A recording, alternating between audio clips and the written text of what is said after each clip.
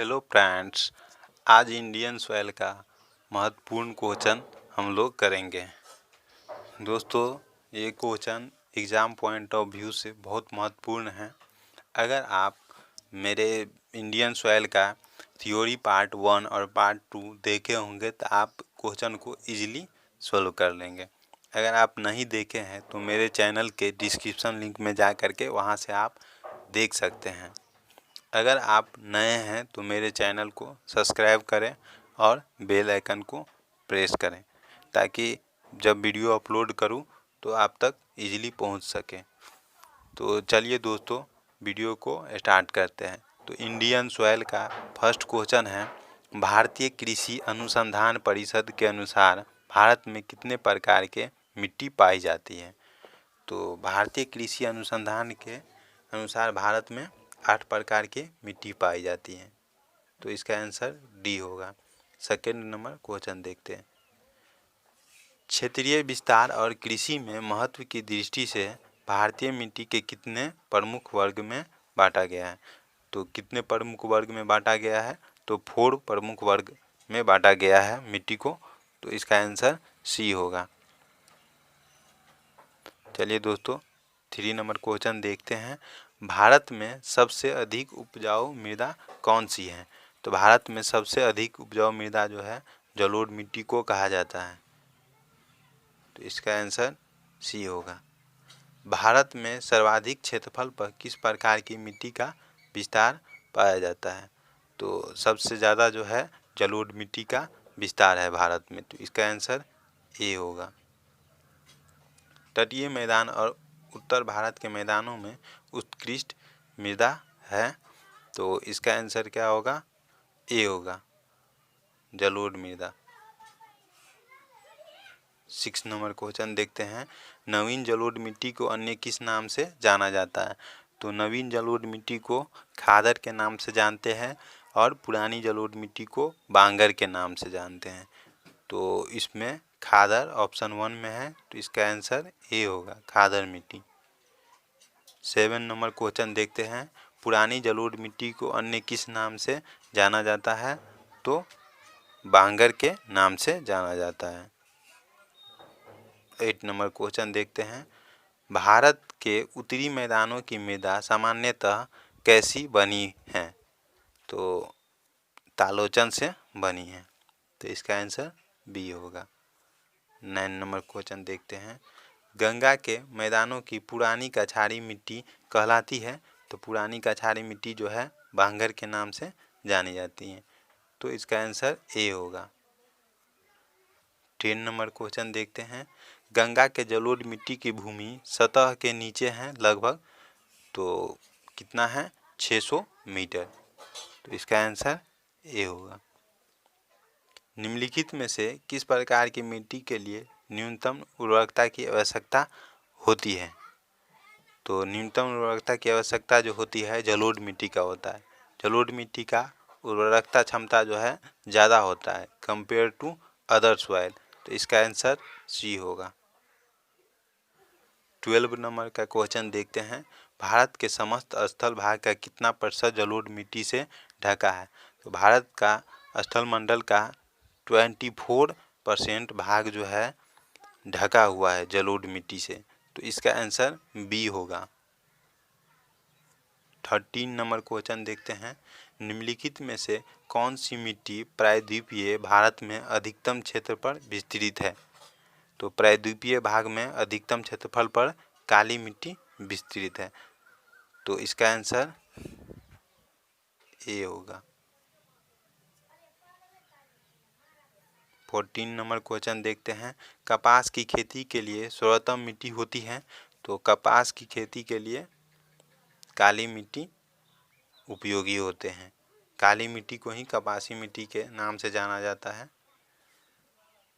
15 number का question देखते हैं, लावा के प्रवाह से किस मिट्टी का निर्माण होती है। तो लावा के प्रवाह से जो है काली मिट्टी का निर्माण होती है। तो इसका आंसर बी होगा। 16 नंबर क्वेश्चन देखते हैं, काली मिट्टी का विस्तार पाया जाता है। तो दोस्तों ऑप्शन में है महाराष्ट्र, मध्य प्रदेश, गुजरात। तो इन सभी में काली मिट्टी का पाए जाते हैं, काली मिट्टी पाए जाते हैं। तो 17 नंबर क्वेश्चन देखते हैं, रेगूर मृदा किसकी कृषि के लिए सर्वाधिक उपयुक्त होती है? तो रेगूर मृदा को ही हम लोग बोलते हैं काली मिट्टी। तो काली मिट्टी जो है कपास के खेती के लिए उपयुक्त होते हैं। तो इसका आंसर होगा बी। 18 नंबर क्वेश्चन देखते हैं, निम्नलिखित में से कौन सी मिट्टी जैव पदार्थों से भरपूर होती है?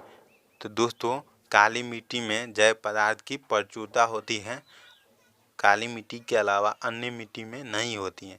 तो भारत के काली मिट्टी में जैव पदार्थ पाए जाते हैं। तो इसका आंसर ए होगा, काली मिट्टी।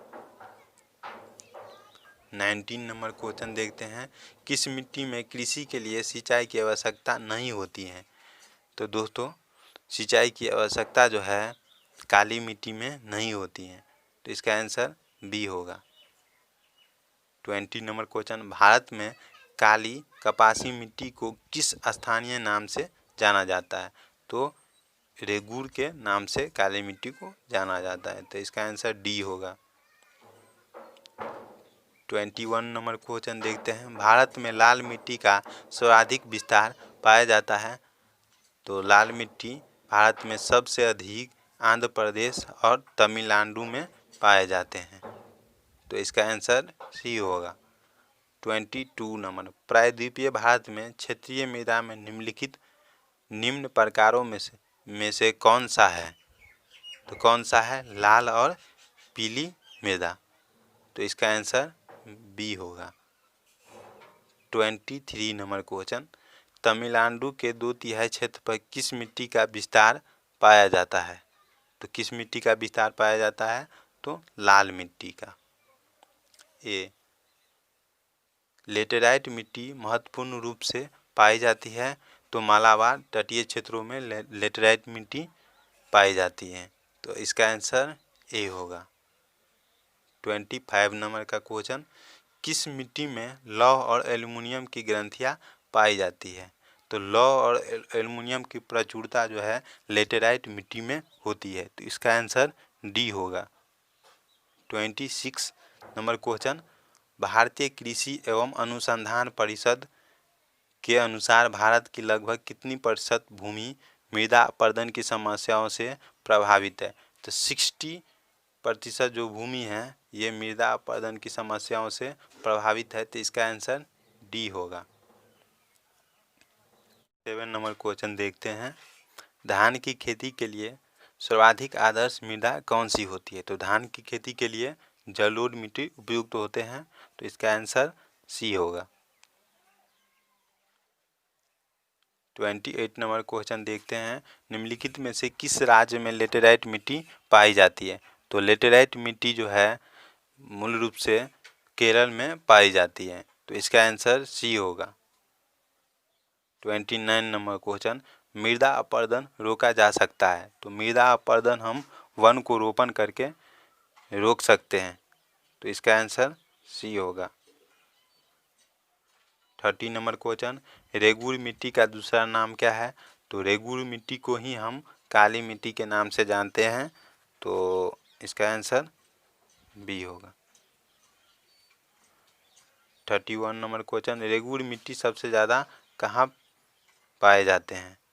तो सबसे ज़्यादा जो है आपको रेगूर मिट्टी महाराष्ट्र में देखने को मिलेंगे। तो इसका आंसर ए होगा। 32 नंबर क्वेश्चन देखते हैं, किस प्रकार की मिट्टी में कार्बनिक पदार्थ की अधिकता होती है? तो कार्बनिक पदार्थ की अधिकता जो है काली मिट्टी में ज़्यादा होती है कंपेयर टू अदर सॉइल। तो इसका आंसर बी होगा।